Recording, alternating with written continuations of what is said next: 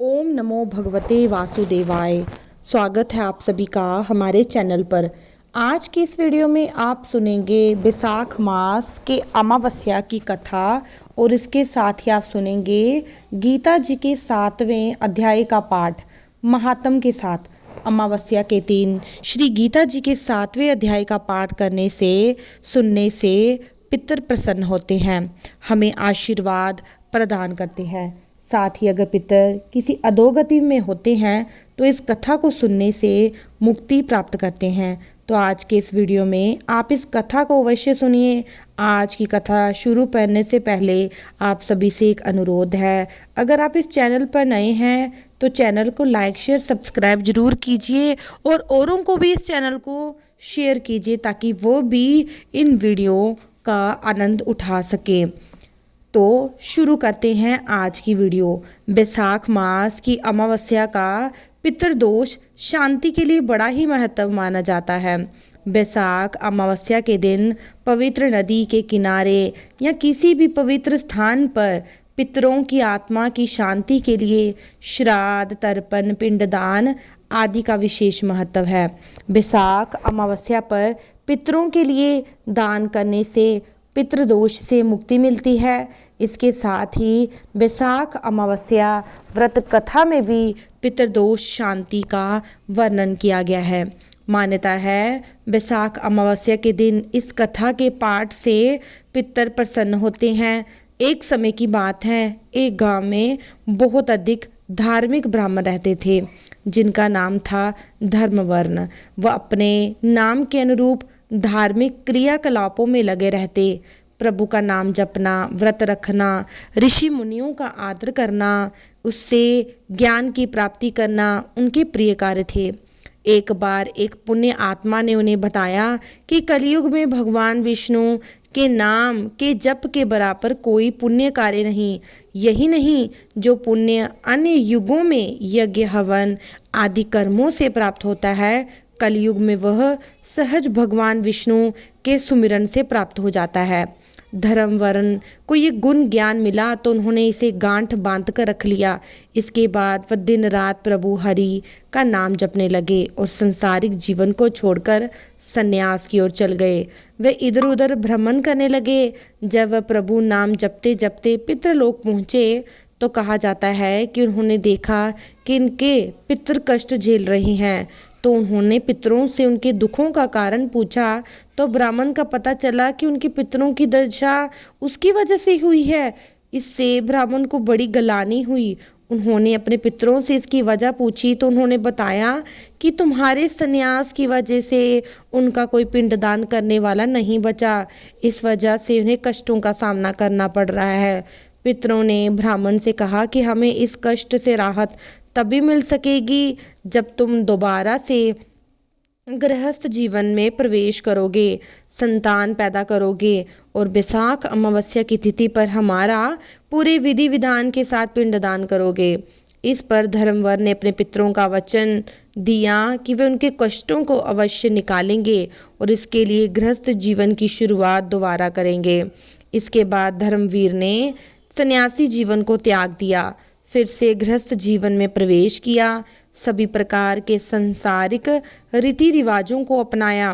उन्होंने पूरी विधि विधान के साथ अमावस्या तिथि पर अपने पूर्वजों के निर्मित पिंडदान किया। ऐसा करके उन्होंने अपने पितरों को मुक्ति दिलाई। इसलिए बैसाख मास में पड़ने वाली अमावस्या के दिन पितृ पूजन, पिंडदान आदि का विशेष महत्व माना जाता है।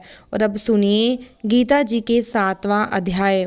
भगवान श्री कृष्ण बोले, हे पार्थ, मुझ में मन लगाकर मेरे ही आश्रित होकर योग अभ्यास करते हुए मेरे स्वरूप का संशय रहित पूर्ण ज्ञान कैसे होगा सो सुनो।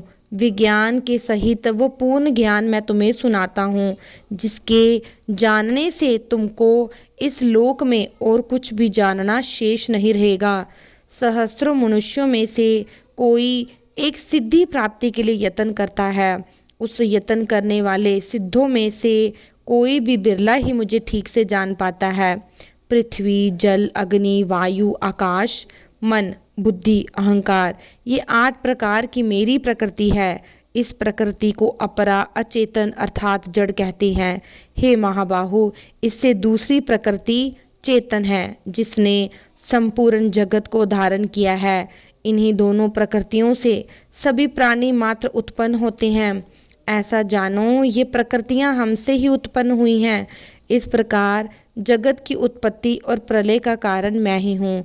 हे धनंजय, धागों में जिस प्रकार मणि पिरोई जाती है, उसी भांति ये संसार मुझ में ही गुंथा हुआ है।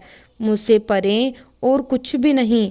हे कुंती पुत्र, जल में रस मैं ही हूँ, चंद्रमा और सूर्य में प्रभा मैं ही हूँ, सभी वेदों में प्रणव मैं ही हूँ, आकाश में शब्द तथा पुरुषों में पौरुष मैं ही हूँ।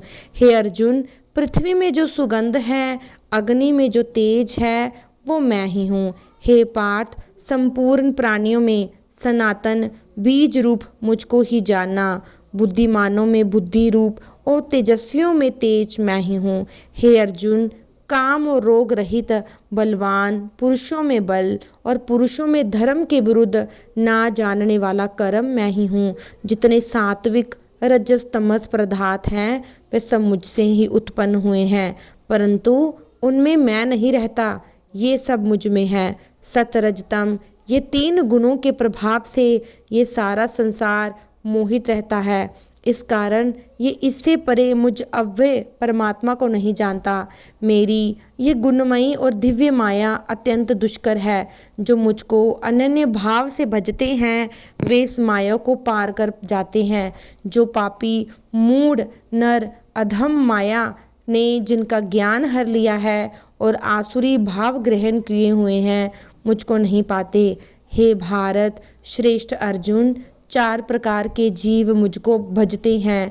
दुखिया, जिज्ञासु, ऐश्वर्य की कामना करने वाला और ज्ञानी, जिनमें मुझे सदा एकाग्रचित और केवल मेरी भक्ति करने वाले ज्ञानी पुरुष श्रेष्ठ लगते हैं, क्योंकि मैं ज्ञानी को अत्यंत प्रिय हूँ और वह मुझको प्रिय है।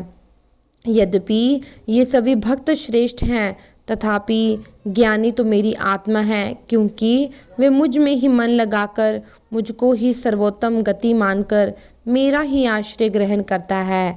अनेक जन्म में अनंत ज्ञानी मुझे पा लेता है। ऐसा महात्मा अत्यंत दुर्लभ है जो सब जगत को वासुदेवमय समझे।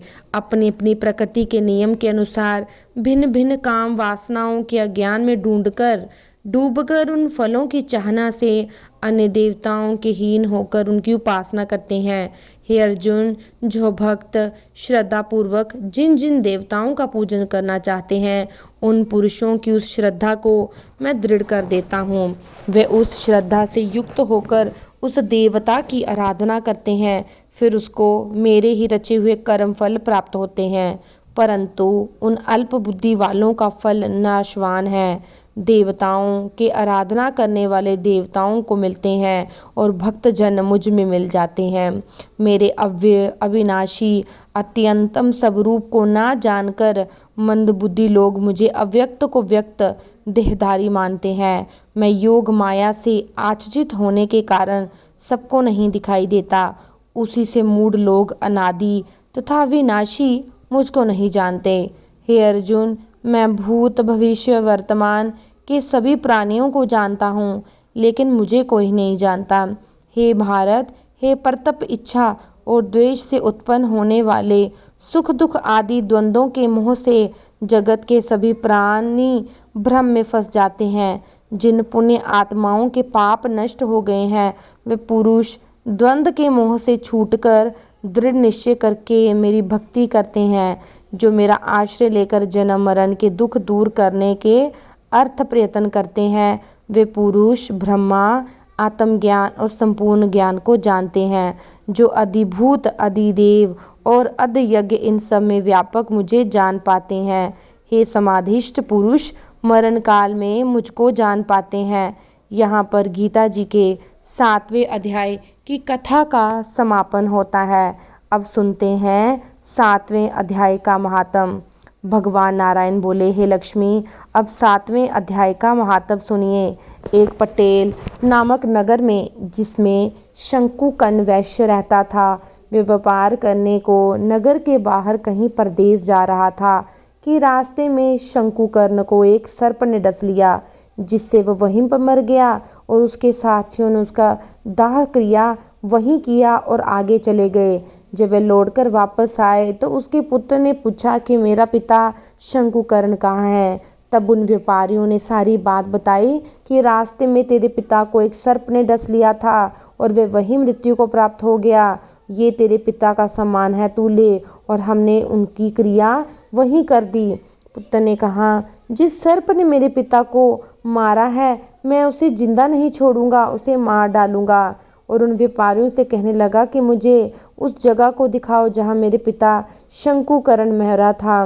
व्यापारियों ने उसे वहां ले जाकर खड़ा किया तो उधर देखा एक बहुत बड़ी भामी बनी हुई है।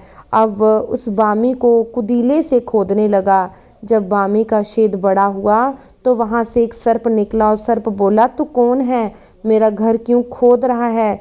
उस बालक ने कहा, मैं शंकुकर्ण का पुत्र हूँ, जिस सर्प ने मेरे पिता को मारा है मैं उसे मार डालूंगा। तब उस सर्प ने कहा, पुत्र मैं तेरा पिता हूँ, तो मुझे इस अधम देह से छुड़ा और मुझे मत मार। ये मेरे पूर्व जन्म का कोई कर्म था जो मैंने भोग लिया। अब पुत्र ने कहा, पिताजी कोई ऐसा यत्न है जिससे आपका उद्धार हो। तब उस पुत्र ने कहा, किसी गीता पाठी ब्राह्मण को घर बुलाकर गीता जी के 7वें अध्याय का पाठ कराओ, भोजन कराओ, उनकी सेवा करो, उनकी आशीर्वाद से मेरा कल्याण होगा। तब उस बालक ने अपने घर पर उस नगर में जितने भी गीता का पाठ करने वाले ब्राह्मण थे सबको बुलाकर गीता जी के 7वें अध्याय का पाठ कराया, उनको भोजन करवाया, ब्राह्मणों ने आशीर्वाद दिया। तब तत्काल वह अधम देह से छूटकर देव देह पाकर विमान पर चढ़कर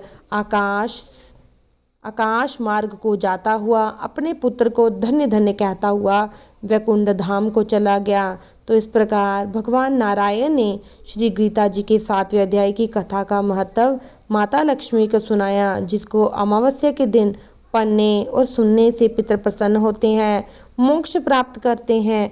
बोलिए श्री लक्ष्मी नारायण भगवान की जय।